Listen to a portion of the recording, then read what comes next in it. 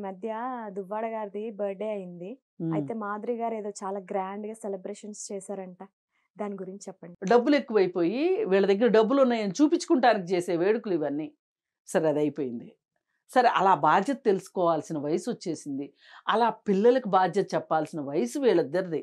అయిపోయింది. ఆ పిల్లలు గూడా బాధ్యత తెలుసుకునే వయసయిపోయింది శ్రీనివాస్ పిల్లలకి.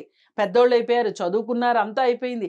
ఈమెకే పిల్లలకి ఆ బాధ్యతలు నేర్పించాల్సిన వయసులో, పిల్లలకి పుట్టినరోజులు తన పిల్లలకి పుట్టినరోజు చేయాల్సిన వయసులో, సో కాల్డ్ బాయ్ ఫ్రెండ్‌కి సో కాల్డ్ ఫిలాసఫరు, గైడు ఇంకేంటో, ఇంకేంటో చెప్తున్న రాజాకి బర్త్‌డే చేయడం అనేది ఎంత మొహమాసిపోయినతనం అంటే, అందుకే ఒక సామెత ఉంది పాత రోజుల్లో, మొహమాసినమ్మ మొగుడు పెళ్ళికెళ్ళిందని.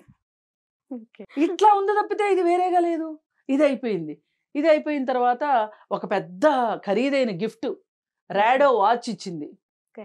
ఆయనకి. మరది ఎన్ని వేలుంటదో నాకైతే తెలీదు గానీ, నాకంత ఖరీదైన గిఫ్ట్‌లు చూడలేదు. వేలుంటదా? లక్షల్లో ఉంటదా మరి? వేలల్లో ఉందో, లక్షలో ఉందో మనకు తెలీదు. అతి ఖరీదైన గిఫ్ట్ ఇచ్చింది అని జెప్తున్నారు.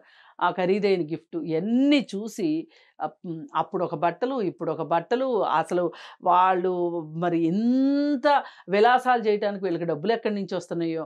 ఆమెకో పెట్రోల్ బంక్ ఉందంట. ఆ పెట్రోల్ బంక్‌లో పెట్రోలే బోస్తుందో, లేకపోతే కిరసనాయిల్ పోసి అమ్ముతుందో తెలీదు గానీ, డబ్బులెట్లా వస్తున్నాయో దెలియట్లేదు. ఇవన్నీ చూసినా దువ్వాడ శ్రీను కుటుంబం ఎలా కుమిలిపోతది.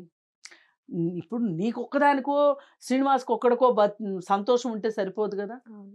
ఆళ్ళ పిల్లలేరి? ఈళ్ళు నోరు తెరిస్తే ఐదుగురు పిల్లలు, ఐదుగురు పిల్లలని మాట్లాడుతున్నారు. ఈ ఐదుగురు పిల్లలేరి ఈ బర్త్‌డేకి?